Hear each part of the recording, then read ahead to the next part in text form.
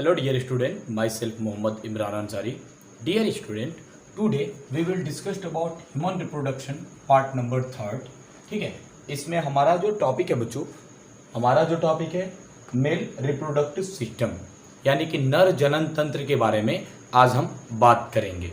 ठीक है, यह है बच्चों, आप देख सकते हैं नर जनन तंत्र, इसी के बारे में हमको बात करना है। इससे पहले वाले वीडियो में बच्चों मैंने आपको नर जनन तंत्र के बारे में अच्छे से बता दिया था कि नर जनन तंत्र क्या होता है। What is male reproductive system means ऐसा सिस्टम बच्चों, ऐसा सिस्टम जो कि मेल के अंदर रिप्रोडक्शन में क्या करता हो, हेल्प करता हो, मदद करता हो, यानी कि ऐसा अंग जो नर जनन तंत्र में यानी जनन क्रिया में जो भाग लेता हो उसी को कहा जाता है नर जनन तंत्र, मेल रिप्रोडक्टिव सिस्टम।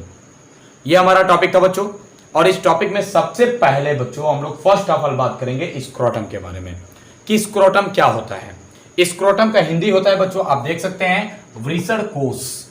वृषण कोश क्या होता है तो बच्चों आपको मैं बता दूं, जो टेस्टिस होता है यानी कि जो वृषण होता है ये इसके बाहर का एक लेयर होता है, ठीक है ना, जिसके अंदर स्पर्म का फॉर्मेशन होता है उसके बाहर का एक आवरण होता है, एक लेयर होता है, उस लेयर को ही बच्चों कहा जाता है स्क्रोटम। और वह जो स्क्रोटम होता है बच्चों, ये बाहर का कोई भी मटेरियल अगर हमारे बॉडी के अंदर आना चाहे या मान लीजिए कोई चोट लग रहा है, किसी को इंजरी हो रहा है, टेस्टिस के अंदर इंजरी नहीं होने देता है कौन, स्क्रोटम। एक और बात याद रखिएगा बच्चों कि 7 महीने से पहले यानी कि जब गर्भकाल होता है, जब बच्चा अभी गर्भ में पल रहा होता है, उस स्थिति में बच्चों क्या होता है, अभी 7 महीना से पहले इस स्क्रोटम का फॉर्मेशन नहीं हुआ रहता है। जैसे ही 7 महीना कंप्लीट होता है, 7 मंथ कंप्लीट होता है, इस स्क्रोटम का फॉर्मेशन होने लगता है और टेस्टिस इसी के अंदर जाके पूरी तरह से स्टोर हो जाते हैं, जो कि इस टेस्टिस को भी आप लोग इस प्रकार से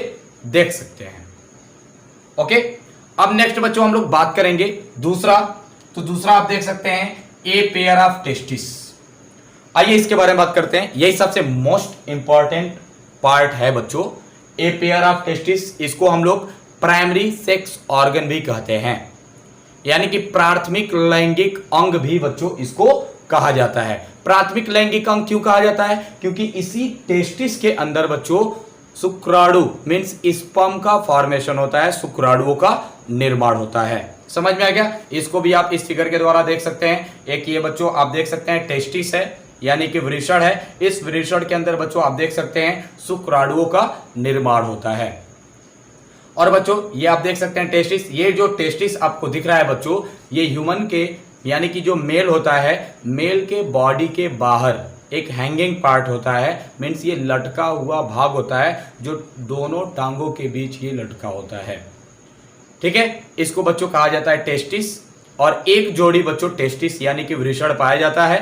और बच्चों याद रखिए कि ये जो टेस्टिस होता है शरीर के बाहर क्यों होता है, क्योंकि बच्चों याद रखिएगा शरीर के बाहर इसलिए होता है क्योंकि बच्चों इसको बच्चों टेम्परेचर चाहिए होता है, मतलब कि शुक्राणुओं को इसमें जीवित रहने का एक मात्रा होता है, जैसे कि उसको डिग्री सेल्सियस चाहिए होता है। जैसे कि आपको पता होना चाहिए हमारे बॉडी का जो टेम्परेचर है बच्चों 37 डिग्री सेल्सियस होता है, लेकिन बच्चों स्पर्म को सरवाइव करने के लिए, शुक्राणुओं को जीवित रहने के लिए बच्चों लगभग 35 से 36 या 34 से 35 34 टू 35 डिग्री सेल्सियस का टेम्परेचर होना चाहिए।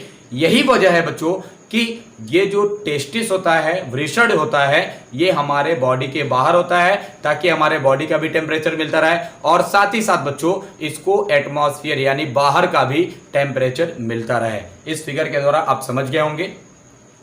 ओके बच्चों, नेक्स्ट हम लोग बात करते हैं रीटेस्टिस के बारे में, मीन्स वृषण जालक। अब ये क्या होता है तो बच्चों देख सकते हैं इस फिगर को, यह है रीटेस्टिस। रीटेस्टिस क्या होता है, ये टेस्टिस से बच्चों जुड़ा रहता है, और जो स्पर्म बनता है बच्चों यानी कि शुक्राणु जो बनता है, उस शुक्राणु को एब्जॉर्ब करके आगे की ओर बढ़ाने में मदद करता है, जो कि देख सकते हैं इससे भी आपको लोग, ठीक है ना। यह है रीटेस्टिस, वृषण जालिक बच्चों इसको हिंदी में कहा जाता है। जस्ट इसके बाद से हम लोग बात करेंगे बच्चों वास इफरेंसिया मीन्स शुक्रवाहिकाएं।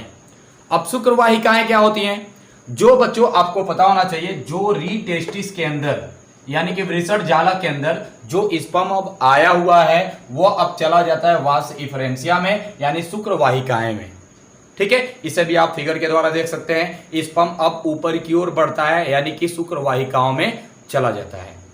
ये फिगर के द्वारा समझ सकते हैं आप लोग। अब बच्चों इसके बाद से अब हम लोग बात करेंगे ए पेयर ऑफ एपिडिडाइमस।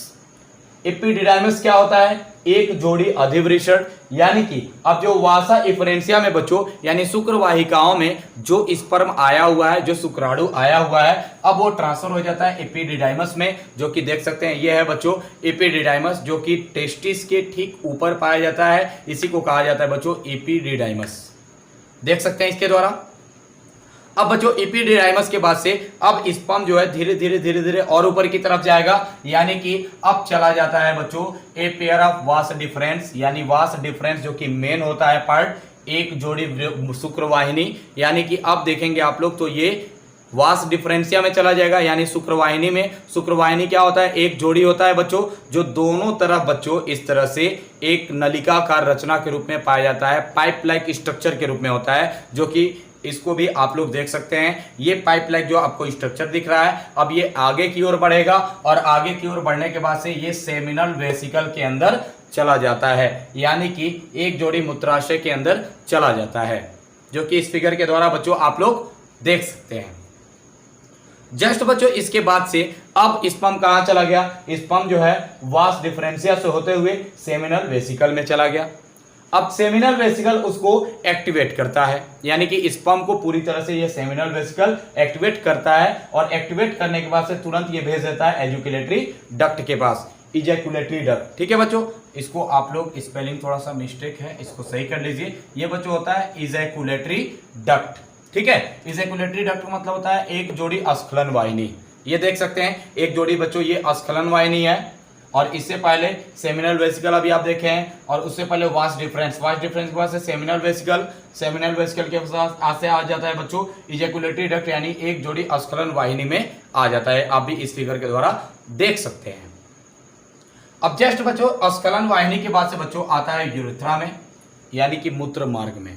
याद रखिएगा मूत्र मार्ग जो होता है बच्चों, इसके आगे पेनिस का पार्ट आता है, जहां से यूरिन भी बाहर निकलता है, मूत्र भी बाहर निकलता है, साथ ही साथ बच्चों स्पर्म भी बाहर निकलता है, शुक्राणु भी बाहर निकलता है। इसको भी आप लोग देख सकते हैं। ओके, अब जस्ट हम लोग बात करेंगे बच्चों, अब इजैकुलेटरी डक्ट से होते हुए जो स्पर्म होता है ये यूरेथ्रा में आ गया था। अब यूरेथ्रा के बाद से बच्चों आ जाता है प्रोस्टेट ग्लैंड में। प्रोस्टेट ग्लैंड में जैसे ही आता है बच्चों, तो प्रोस्टेट ग्लैंड जो होता है वो इस स्पर्म को न्यूट्रिशन प्रोवाइड करता है, यानी कि पोषण प्रदान करता है, और इसको व्हाइट कलर में बनाने में हेल्प करता है। सफेद कलर में, सफेद जो रंग होता है उसको देने में मदद करता है, और गंध जो होता है स्पर्म के अंदर वो भी यही बनाता है। एक और बात बच्चों याद रखिएगा, शुक्राणु के अंदर गंध भी होता है और वो एल्केलाइन होता है, यानी कि क्षारीय प्रकृति के होते हैं। तो क्षारीय प्रकृति और जो एल्केलिनिटी होती है ये कौन बढ़ाता है बच्चों? तो प्रोस्टेट ग्लैंड ही बढ़ाता है, और शुक्राणुओं को मूवमेंट में हेल्प करता है, यानी कि लोकोमोशन में मदद करता है। इसको भी आप लोग देख सकते हैं, ये है बच्चों प्रोस्टेट ग्लैंड। अब इस प्रोस्टेट ग्लैंड से होते हुए स्पर्म जो है आगे की ओर बढ़ता है और चला जाता है bulbo urethral gland. Bulbo urethral gland में चला जाता है, यानी कि बल्बो यूरेथ्रल ग्रंथि, इसी को बच्चों कहा जाता है काउपर ग्रंथि।